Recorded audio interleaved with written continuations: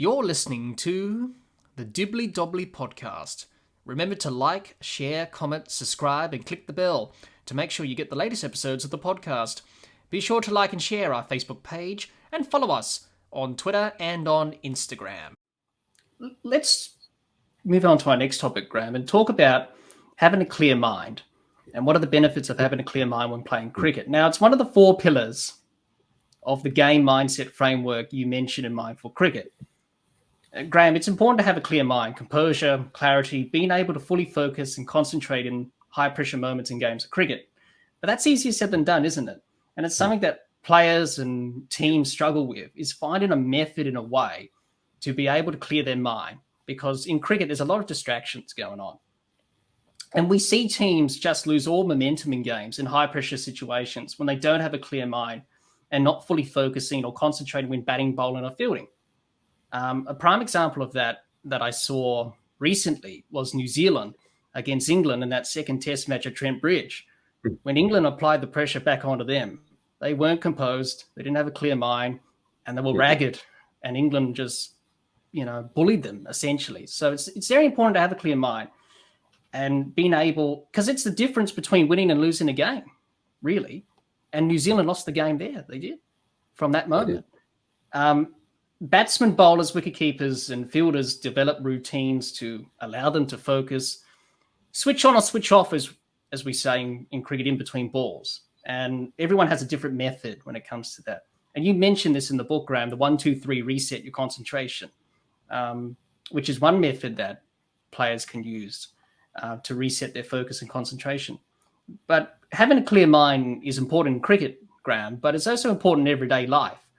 And as we said before, the mental skills you learn in cricket can definitely help you in your day-to-day life as well.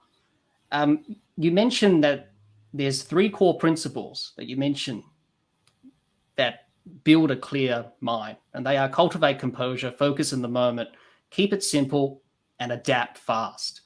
So, Graham, how important is it to have a clear mind, and how do all of these 4 core group principles tie into having a clear mind? And what are some of the techniques that players can use to achieve a clear mind?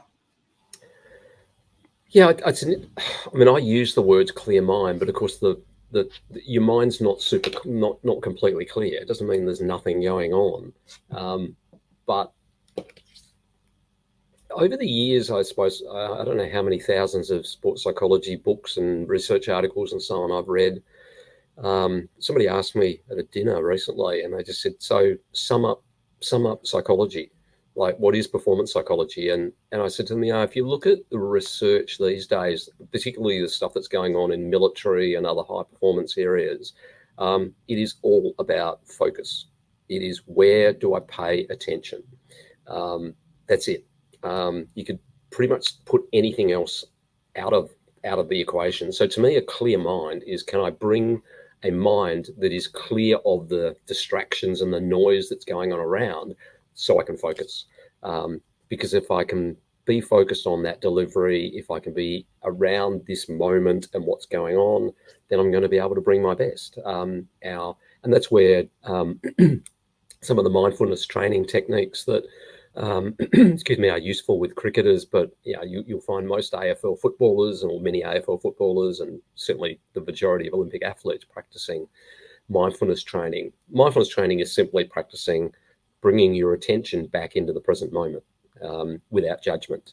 Because what we tend to do, if you think of a cricketer, is, did I play the last ball well? Did I not? What's going to happen in the future, etc., versus when I'm in the moment. So cultivating composure, focus in the moment, keep it simple, and adapt fast, probably take the adapt out for a moment.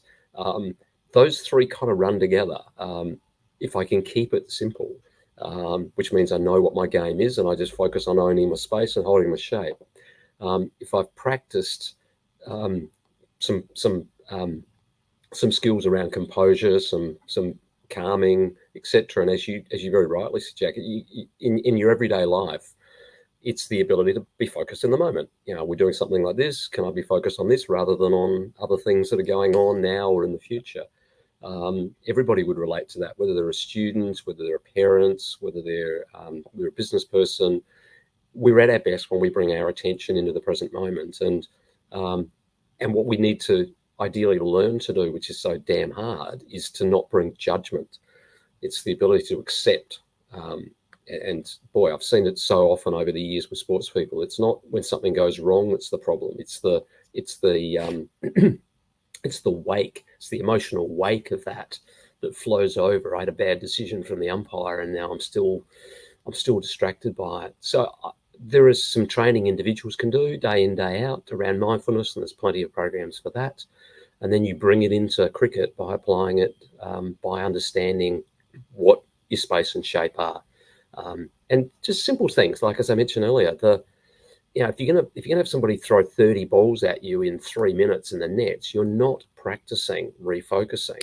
So the question is, at what point do you say, I'm only going to face 12 deliveries, for example, in the next 5 to 10 minutes, because that's all I'm going to face in the game. And for each one of those, I am going to go through my routine, and I'm going to be totally attentive to that delivery. I'm going to have an intent around what I want to do with that, and there's going to be a consequence as to whether I make it happen or not.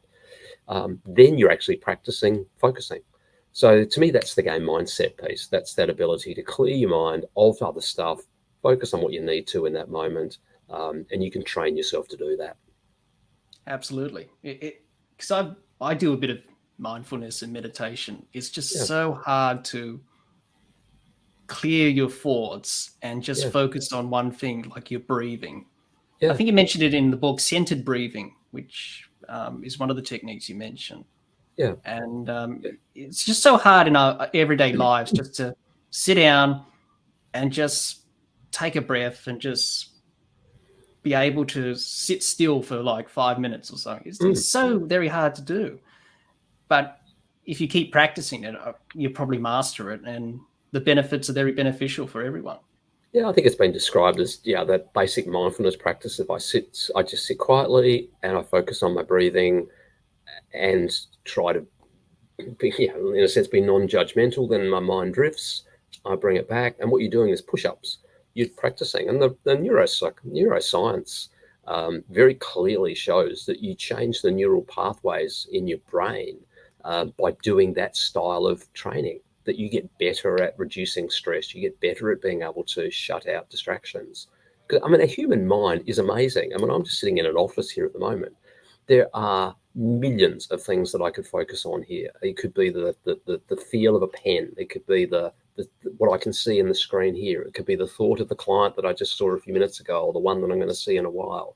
It could be the conversation we're just having about the book. It might be the color of the book over it. There are so many things. The question is, how do you then harness your mind? You can't harness your mind if you can't focus your mind. And therefore, to me, the fundamental training for cricketers is that mindfulness training of learning to clear your mind. And then you have the techniques that you take out into the nets and onto the ground. Absolutely.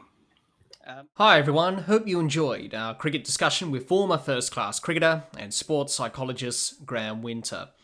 If you want to improve and get better as a cricketer, I highly recommend reading Graham's book, Mindful Cricket.